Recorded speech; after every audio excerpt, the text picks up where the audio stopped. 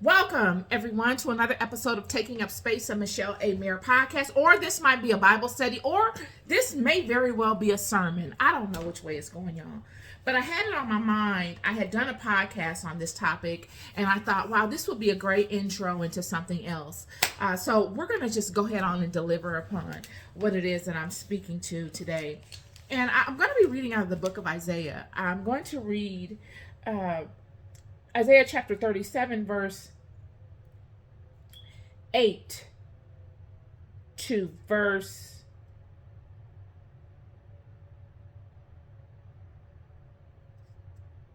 14, okay?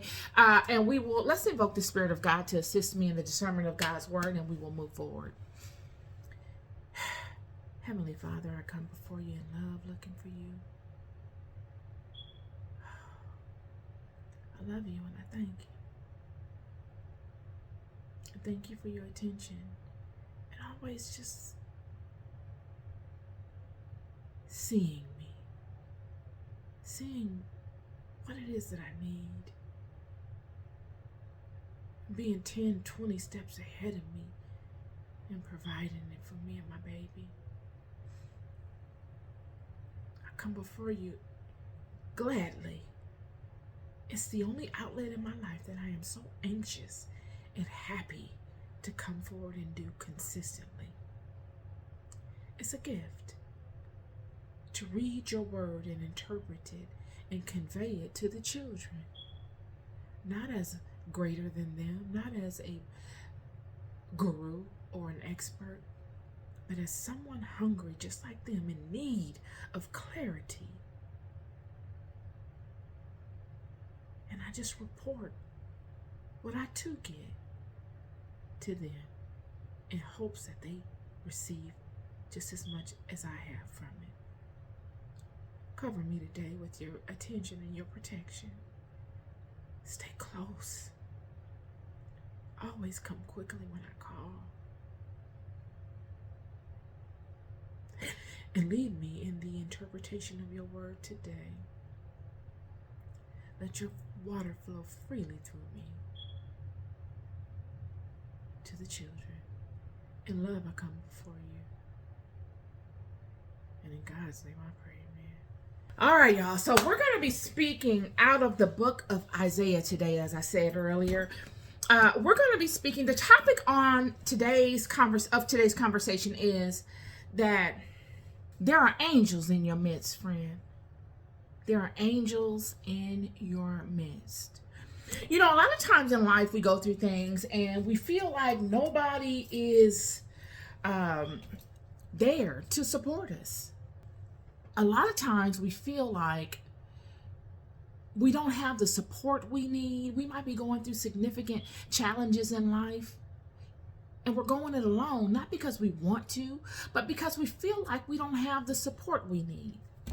A lot of times we go through these challenges because we feel like nobody understands. I just did the Bible study the Bible study on Wednesday about Hagar and her being in the wilderness, running from Sarai, and feeling unheard, unseen, feeling as if no one cares. And then the angel of God comes upon her and sees her. He can see her situation for its totality and provide a solution that just keeps on giving. He provided her what she needed that she didn't convey openly. He provided her a solution to her lifelong problem, not just her problem with Sarai. He provided her a solution to the problem she's probably experienced her entire life. Being in servitude, being voiceless, nameless, pretty much, at the mercy of what other people want, being someone that comes and fills someone else's needs, but no one there to fill hers. He provides her, God provides her with a protector. That's exactly who Ishmael was to his mother, and all of Ishmael's sons after him. God said, I will provide you multitudes of sons, of children. And all of your sons are going to be protectors. So that which you desired all of those times when you felt alone, when you felt powerless, when you felt mishandled in other people's houses, I'm going to provide you a solution that covers all those things that you desired. Because what you really desired was to feel protected. And I'm going to give it to you. Not through a husband, not through a friend, but through your sons and your grandsons. Because who else will protect you more? Who else will protect you more vehemently? Who else will hold you to the regard that you deserve to be held to? But those that come out of you. And this is the word that we're going to be speaking to today. When I was thinking about this, I really wasn't thinking about, protectors or Hagar or even angels being amongst us. I was thinking of feeling non-supported. Feeling as if you have to do every little thing outside of what God provides you. Feeling like that lone bird on the rooftop. It doesn't feel incapable. It feels capable. It knows it's capable. But it still sits alone on the roof. And it made me think of Hezekiah and what the children experienced. Because I had come to a knowing that a lot of things aren't what they seem to be. A lot of the times, God will lead us in the strangest of places, friend. We will feel like we have tremendous opposition. It seemed like everything is coming at us from not just one direction, but every direction. But the spirit of which those things come at us are all common. They're all the same spirit. It's always this same type of vibe. You ever been there? Where you got a problem with one thing, and then before you know it, you got a problem with this other thing. And when you look up, you got this problem with this other thing. And they all have the same type of vibratory resonance. They all have the same frequency. And you're like, wow, why am I dealing with all of this? Why am I having to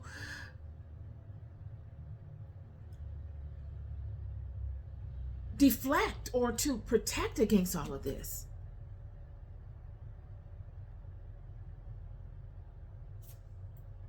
And then you feel like, wow, all of these things could be solved if I just had some help, if I just had someone to support me. Whether it's on the job or you have a situation with people that you work with, and you're dealing with powerful people on your job, people that are in superior roles. And those amongst you know the situation you're dealing with. And yet, everybody is aspiring for success. So those amongst you, those that are your peers, may not openly support you because they feel like you're in a powerless situation. They could be being used by those in charge of you to negate you, to support those in charge of you instead of you. And your peers may very well support those in charge of you, even if they're wrong, because they got families to feed. You can't offer them anything. You have nothing to give them. You're expendable. And even if they feel like it's unfair and it's not right, they will go with the one that is in charge because there's no other alternative. They go with you. They're expendable just like you. But I'm here to tell you that there are angels in your midst, friend. look at the presidency as an example of this. This is a prime example of this. When President Trump was elected, there were many people that fell out with family members. You have people that have discontinued talking to people that they love. You have people that have severed relationships, whether friendships, marriages, even business acquaintances, all because of personal choices. It had gotten so bad that on the news it showed people just severing ties with individuals, openly saying, if you support this person, I'm done with you. Whether it was in support of President Trump or it was in support of the candidate that he was going against. If you support this person, I am done with you. And what it did was it didn't change the thought processes of those people. It just made those people on the surface level show to those around them what they wanted to see, while internally they resonated in their truth still. So when they come around people and they go to the Super Bowl and party, or they go to the little child's birthday, or they go to, your 70th birthday party, or they get around people in general and coagulate, they go with the conversation. Oh, you want to negate this candidate? I'll negate it with you, or I might not say anything. Or you want to negate that candidate? I'll negate it with you, or I might not say anything. And before you know it, it's election time. And they go to the polls. And they get inside of that poll booth, and the truth comes out. Yet the truth is bound right there in that poll booth. It goes no further. No one knows what they choose in the privacy of that booth. There's no condemnation in that booth. Now they can show what their heart speaks. And this is the point of the conversation. A lot of times when you feel as if you are alone and that there is no one supporting you and everyone is against you, it may not be that way, friend. It may be that God is working something out behind the scenes in your favor. It may be a situation where people can't openly support you because it's just not fashionable to. Because the current power structure, the current structure of power that's in place that facilitates both their success and potentially yours within that environment won't allow for such things. But it doesn't mean that God isn't moving. And I'm going to use the story of the children of Israel and the Assyrians to convey this to you. I'm going to read the book of Isaiah chapter 37, verse 9 through 14 to begin the conveyance of this. Actually, I'll read from 8 to 14. So Rabshakeh returned and found the king of Assyria warring against Libnah, for he had heard that he was departed from Lachish. And he heard saying concerning Tirhakah, king of Ethiopia, he has come forth to make war with thee. And when he heard it, he sent messengers to Hezekiah, saying, Thus shall ye speak to Hezekiah, king of Judah, saying, Let not thy God in whom thou trustest deceive thee, saying, Jerusalem shall not be given into the hand of the king of Assyria. Behold, thou hast heard what the kings of Assyria have done to all the lands by destroying them utterly, and shalt thou be delivered? Have the gods of the nations delivered them which my fathers have destroyed? As Gozan and Haran and Rezeph, and the children of Eden, which were in Telassar? Where is the king of Hamath, and the king of Arphad, and the king of the city of Sepharvaim, Hena, and Eva? And Hezekiah received the letter from the hand of the messengers and read it. And Hezekiah went up into the house of the Lord and spread it before the Lord. Okay, so what is happening is, and you guys know I talk about the king of Assyria and Israel all the time, because it is a very profound testament to not taking things into your hand, knowing your role. And Hezekiah knew his role.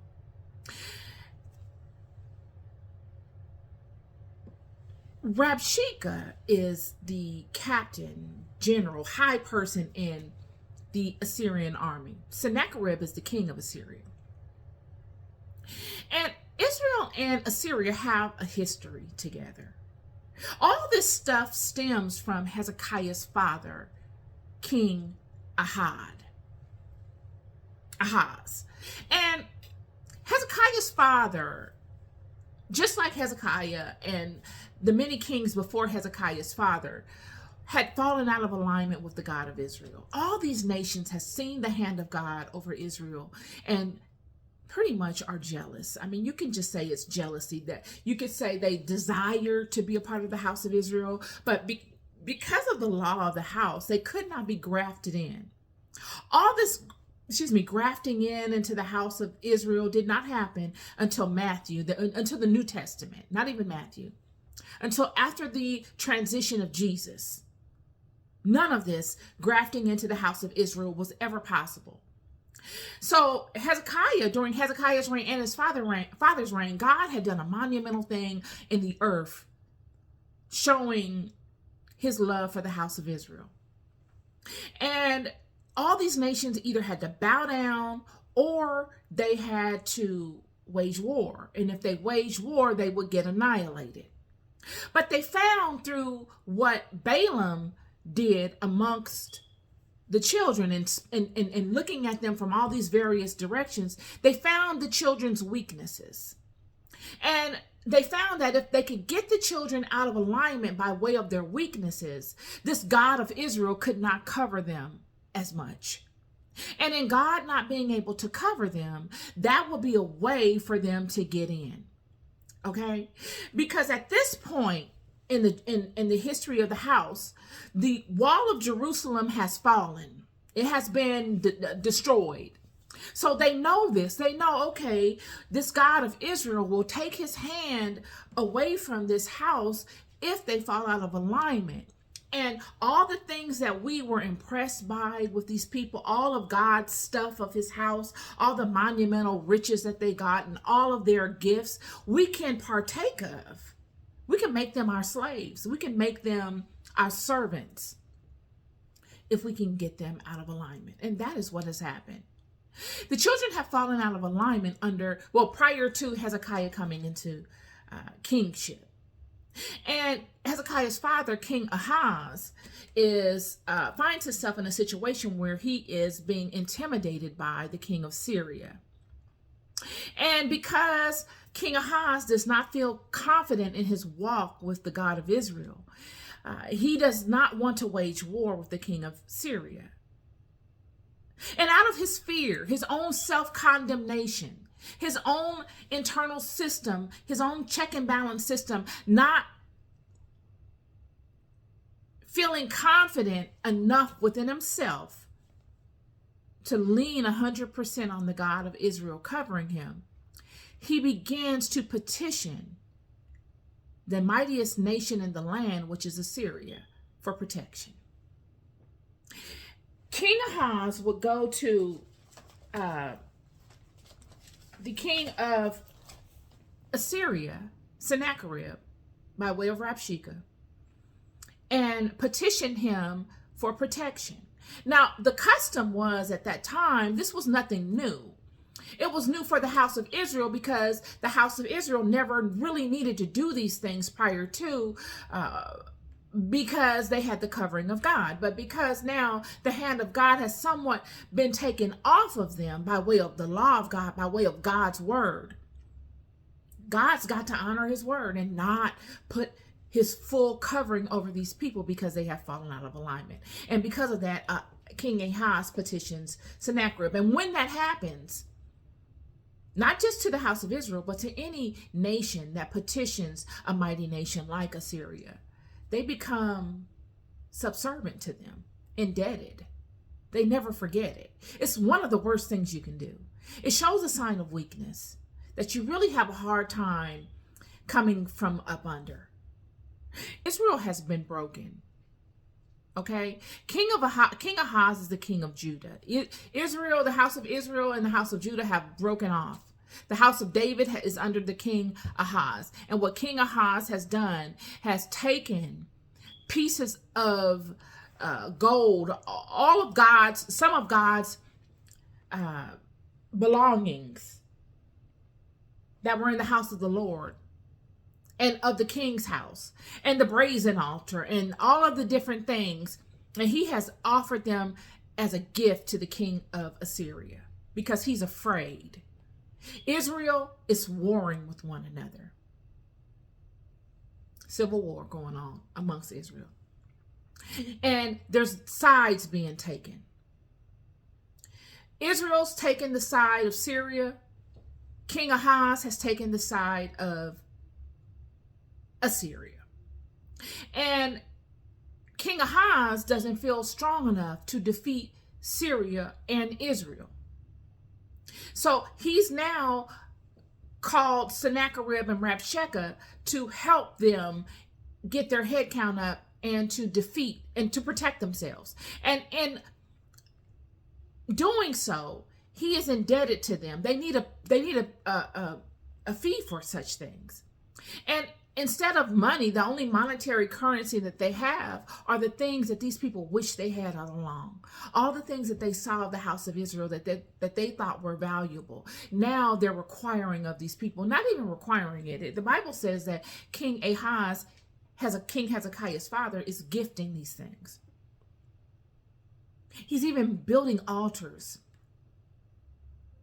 and offering, allowing the king of Assyria to offer on the altars that were of God.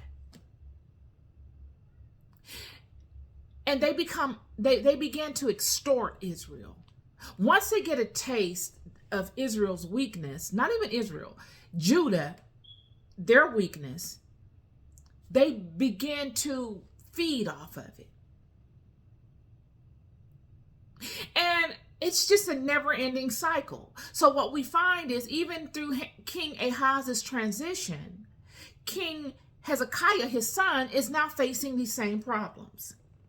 King Hezekiah knew of the issue with the Assyrians prior to him becoming king because he knew what his father was dealing with. And I'm sure his father passing the baton to King Hezekiah informed him as to how he needs to handle these people. And since King Ahaz was not strong enough within himself to really handle the Assyrians, he's probably mentored King Hezekiah to pacify them as well, to bow to their will as well. And so this is what happened. So King Hezekiah is in power. The Assyrians come intimidating. They don't wage war. This is the interesting part. The Assyrians don't wage war with Israel. They come in a parade. They come on high horses, beautiful armor, tall flags. They come in a convention. They don't come with their most renowned warriors. They come with the captains of their armies. The people that come to deliver messages, the chiefs, those that you put forth in front of the media that look powerful. They come upon Israel and they are speaking down in a derogatory way to the chiefs of the house of Israel. They come to the nation, all the people are around and they are able to hear and see what's going on, and they're talking loud and they're talking in a very disdainful manner to the people that are put in place to manage the people. The scribe, the chief elders of the community. This is somewhat like people coming amongst your representatives of your country, whether they're governors or people in chief places. that manage the people. People in renowned positions that the people respect. Sennacherib sends Rabshakeh to come and speak harshly and in a derogatory, disdainful manner to them. So much so that the people that are put in power over Israel don't challenge them in front of the children. They don't challenge them. They just ask them to, could you not talk to us so loudly? And could you lower your voice? And could you change the language? Because we don't want the people to understand you. They show their level of fear and intimidation of these people. And instead of Rabshakeh, the Assyrian, lowering his voice or showing any type of honor or reverence by honoring this, and because he's in the land of these people, instead of him doing that, he goes as far to say he'll pull out his private part and urinate on all the men that are surrounding them. And long story short, Hezekiah gets word of this. And Hezekiah goes before God in prayer. It's one thing about Hezekiah, and this is monumental, you all. This is a testament to what you do when you're facing challenging situations. You must know your role. You must know that it's not for you to take it upon yourself to overcome these people. Hezekiah knows the temperament. He knows that his forefathers have wrestled with these people. They're in a situation where these people know that these people are out of alignment with their God, and they're feasting off of the fear of this. There's no more to give.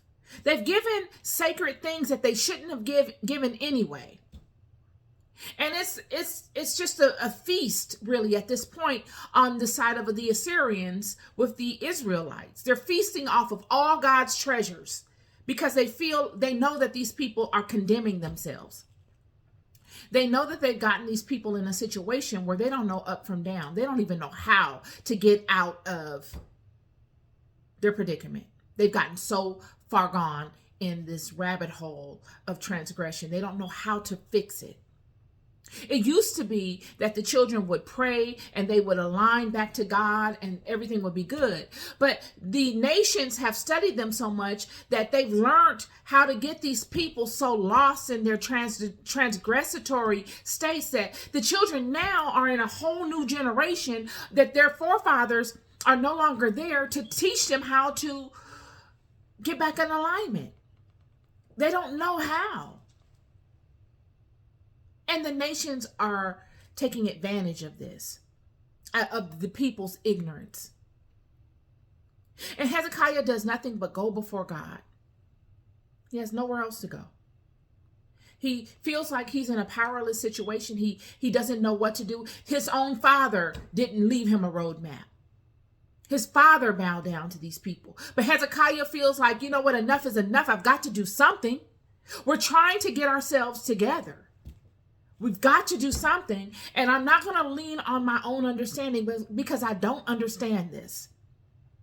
I'm going to lean on the understanding that I have, and that is I'm going to take this to God. I do have a prophet, and I've got a mighty prophet in the form of Isaiah, and I'm going to lean on that. And when he goes before God and he tells God about what has happened, God says that he's going to send a rumor. He's going to work through people. Because this is how God works. He's going to work through people. And he's going to send a rumor. You could call it a rumor. He's going to spread a word. Let's just say that. I'm going to spread a word amongst people. And the word that I'm going to spread amongst people is going to set a chain of events into place that is going to help you solve your problem. And God does that. So when Rabshakeh leaves after intimidating the people and making a mockery of those that are in charge of the house of Israel, it takes him some days to get back to his country. During that time, Hezekiah goes before God and petitions God. God gives Hezekiah a word. Rabshakeh knows nothing of this. By the time Rabshakeh gets back home, he sees the king of Assyria is at war. His country is at war. And he also finds that Tirhakah, king of Ethiopia, has now waged war with them. And this is interesting to you because if you listen to my past podcasts and my past Bible studies on Moses, I spoke to you that Moses spent a significant time in Cush after fleeing Egypt for slaying the Egyptian. He spends a significant time in Cush and serving the king of Cush. And I spoke to you why that was significant and how God could allow such things. Cush is beloved by God. The Bible speaks to this in various books throughout the Bible. God equates his love for Israel to no other nation than Cush. He does this more than once in the Bible. God's love for the Ethiopians, which are the Cushites. The Cushites are the Ethiopians.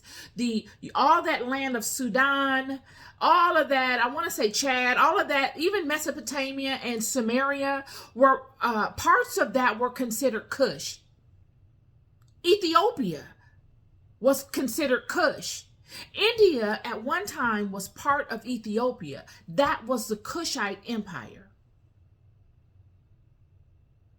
And this is the country that God is speaking to, that he holds into such regard that he speaks to as equating his love for the house of Israel to, or even that love that he has for the house of Israel, he equates to his love for Cush. He uses no other nation to equate the love that he has for Israel. So when you see Tirhakah come forward, the king of Ethiopia, you're seeing how God is making manifest his promise to Hezekiah. And this all ties into how God will work through people without them even knowing that they're working to your benefit. King Tirhakah comes forward to challenge the Assyrians, not because primarily of their issue with Israel. He may not even know what's going on.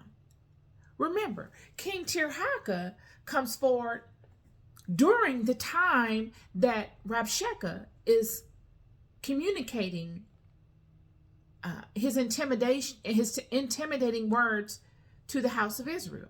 By the time Rabshakeh gets back to his country, he has already gotten word that the king of Ethiopia is waging war on them.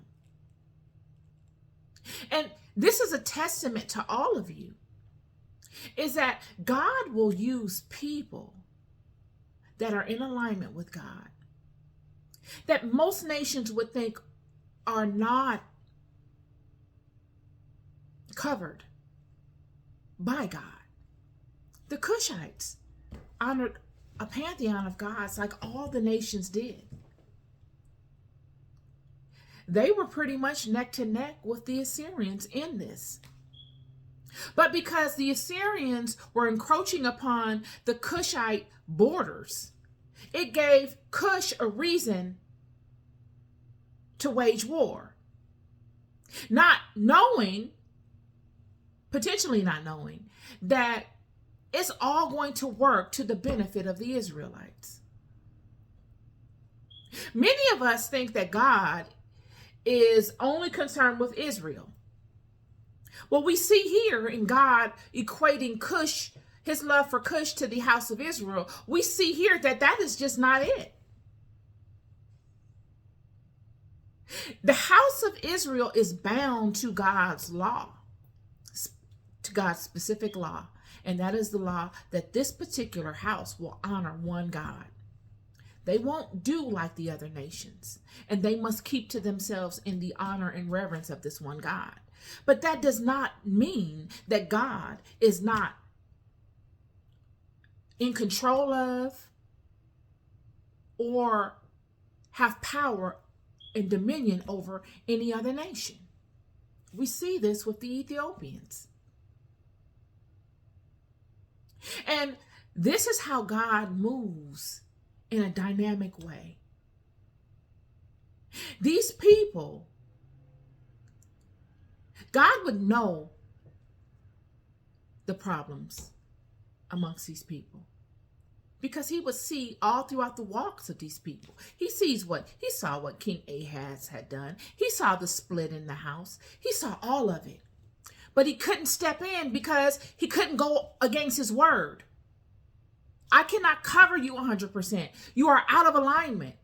But that does not mean that I cannot work through other people to assist you in your time of need.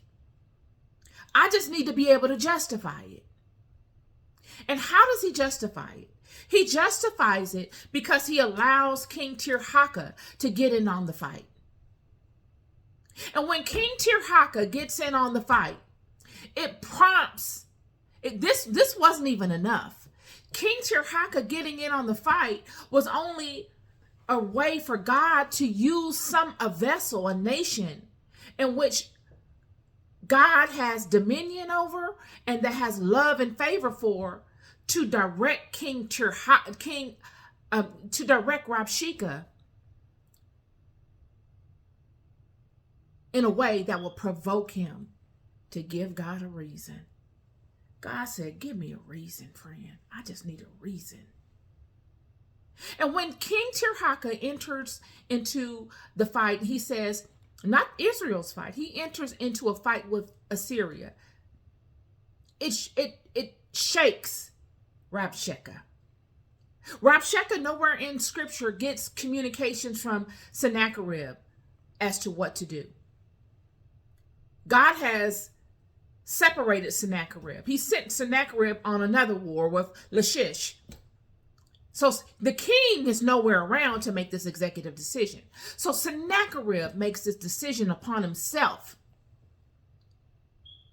Immediately, in him getting a word that King Tirhakah has come up and said he's going to wage war against him, it prompts Rabshakeh to send letters to King Hezekiah. This goes to show you the power of Cush at this time. Cush was a mighty nation, friend. I'm going to have to do a video on Cush. The Cushites, you didn't want to see them coming. You thought the Assyrians were a problem. The Assyrians and the Cushites going toe-to-toe would have been a real major war. Because where the Assyrians had prowess with technology and all of these different forms of war, the Cushites were hand-to-hand combat machines.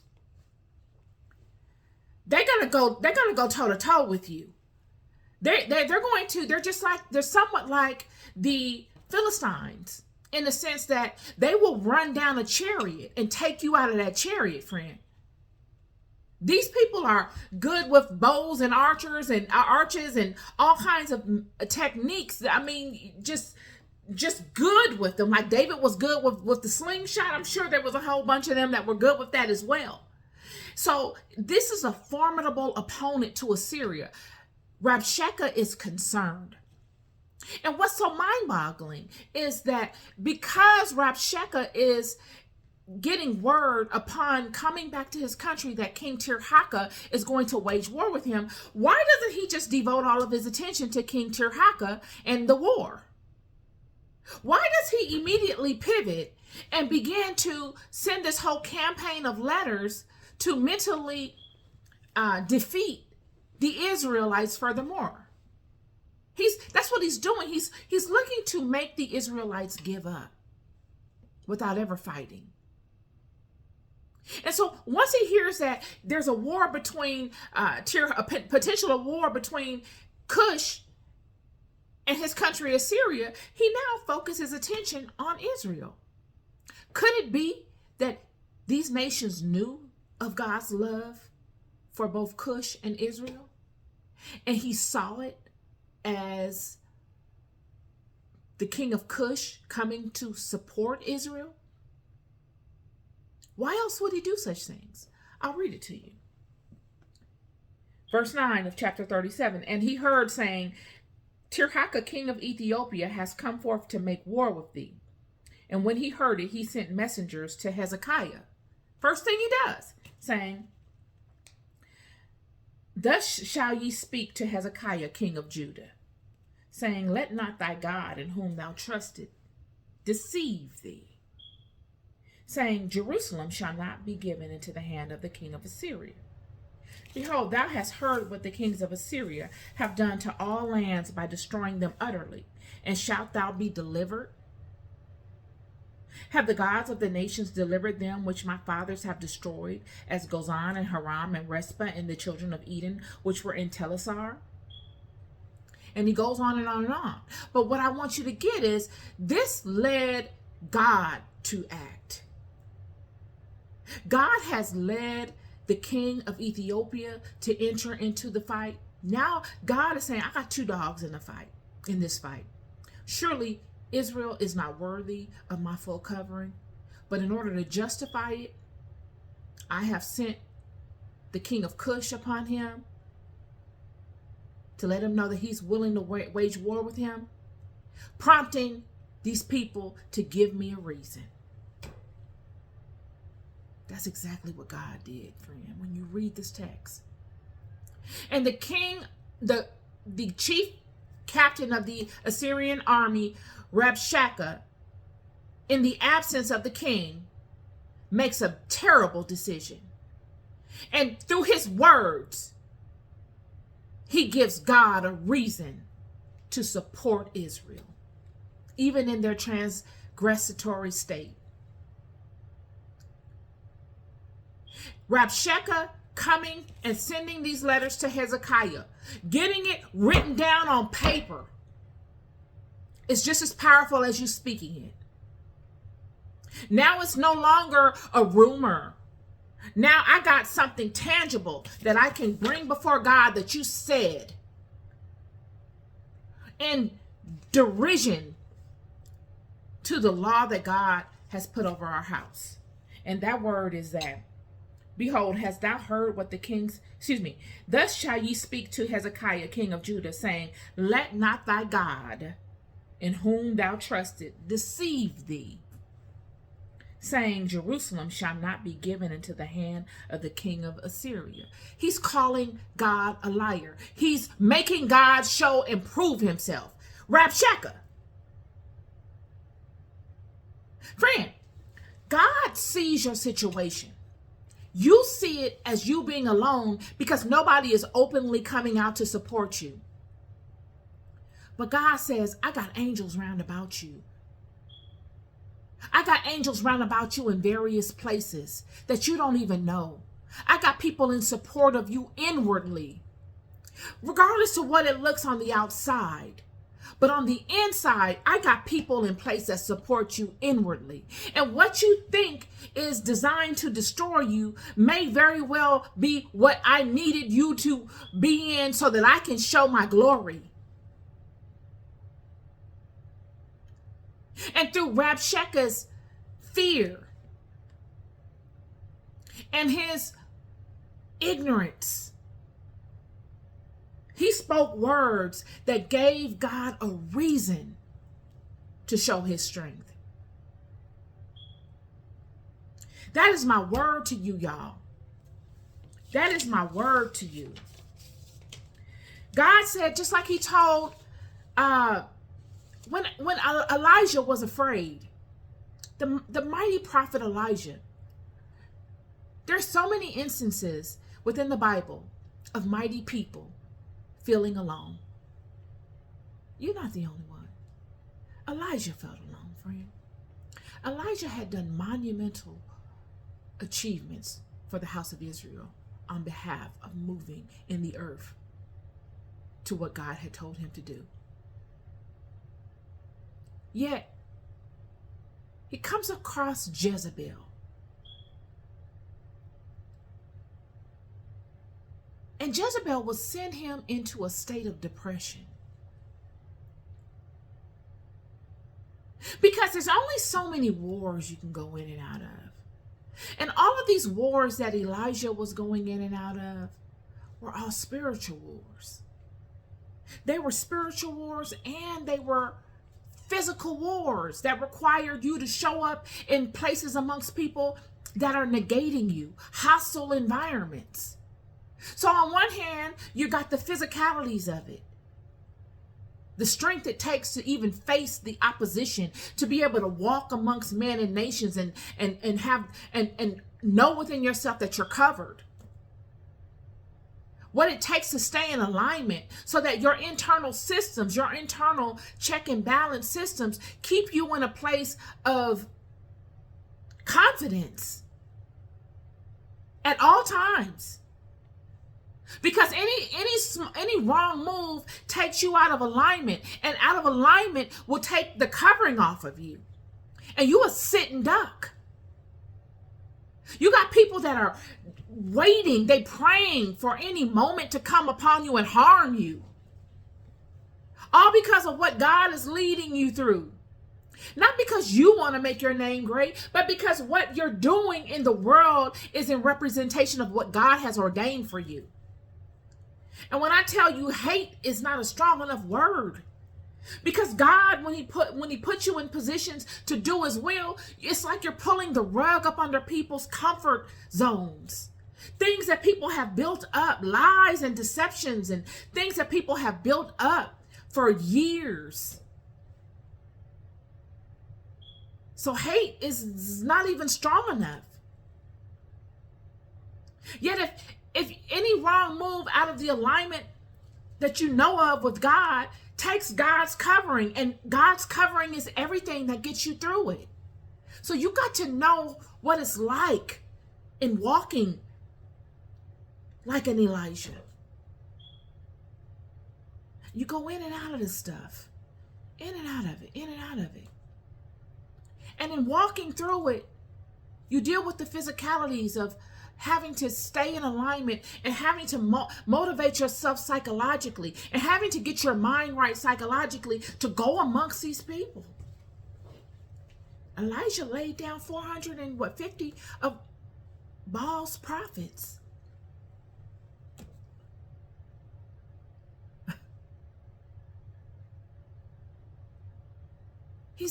He's being spiritually attacked by the most powerful entity outside of God.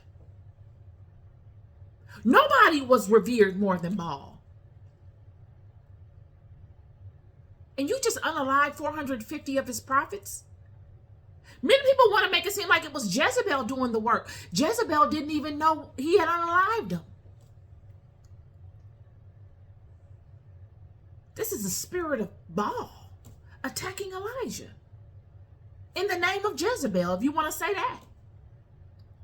So much so that he goes on top of a, a mountain, an area, and puts his head between his knees.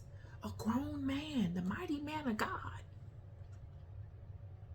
The mighty man of God outruns King Ahab's chariot to get away. So that he outruns the storm.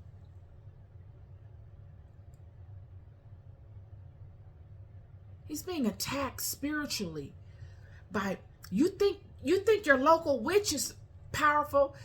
That she ain't nobody. That's arts and crafts she doing back there. Elijah is facing heads of armies of demons. And he's walking amongst mortal men, doing God's work. It was too much on him. And he falls into a state of depression. So much so that God has to send an angel amongst him. Why couldn't God just send a person? Friend, because in Elijah's situation, it was a delicate situation. There was no one to trust. And plus, there was nobody that was strong enough within themselves to come to his aid. He has gone against the king of Israel and his wife, the princess of Phoenicia. These are two kingdoms. Nobody expected Elijah to make it out of that. Nobody. Like I said when I did the Bible study on it, if anybody were to have seen and heard a lot of Elijah on top of the mountain putting his head between his knees, they would have made a mockery of him all around town. It would have overshadowed all of the good work that he had done, all the powerful walks he had made in the earth. Just that one instance, because of how petty people are and how the enemy loves to shed a light on you that disgraces you.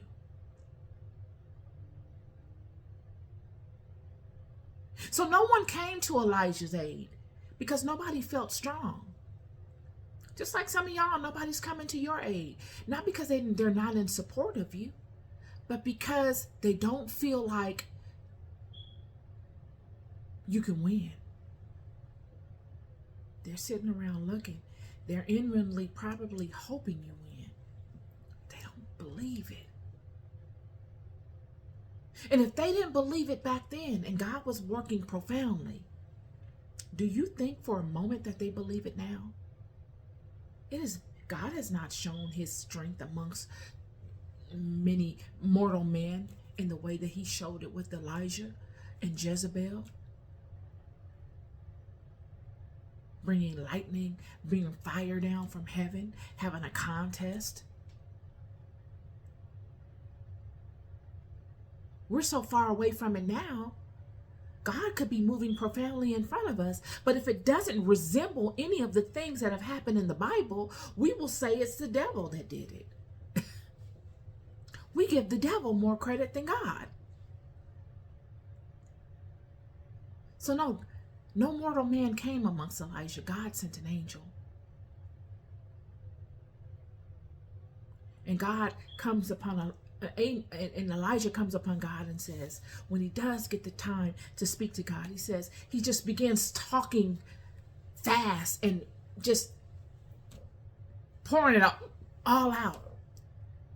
Father, just take this from me. I don't want to do this anymore. They slayed all of your prophets. They're disgracing you, and I'm tired. I'm afraid. He's a mess. That's how you are when you deal with too much at one time. And you have no reconciliation of it. You're just holding it all in. And God says, calm down. There's 7,000 of you in the cut. I have 7,000 of you in the cut. They're watching you. They see everything you're doing. And they are rooting you on. They have not kissed nor bowed to Baal. You think you are alone? You're not alone. I'm just not telling you. But I'm telling you now, you are not alone. Help is on the way. There is help on the way, friend. You just need to stay the course. And come hell or high water, you stay the course. You do not abandon the mission. Regardless of if you signed up for it or not. It is what it is. We've come too far.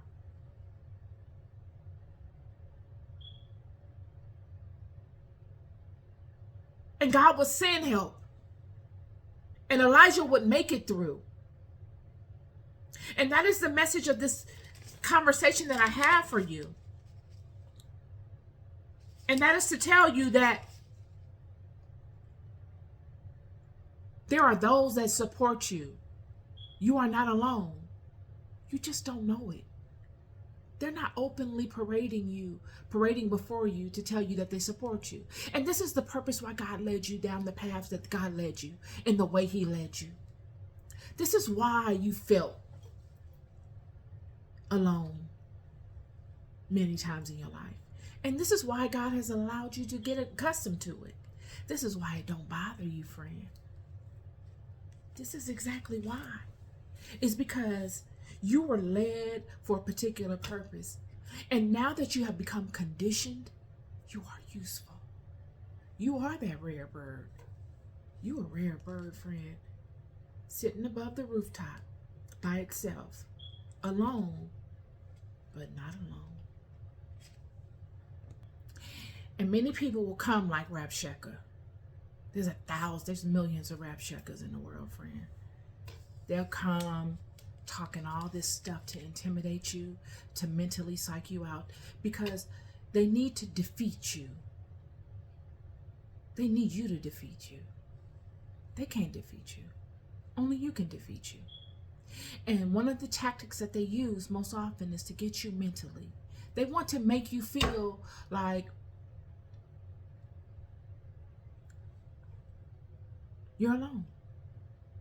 You don't matter. Nobody cares about you. We're the monsters lurking in the corners that at the right moment, that only we know of, we're going to come out and we're going to attack you. That there's no method to the madness, that there is no God in Israel. That's what they want you to believe. But that is a lie, friend. You've got to know that's a lie.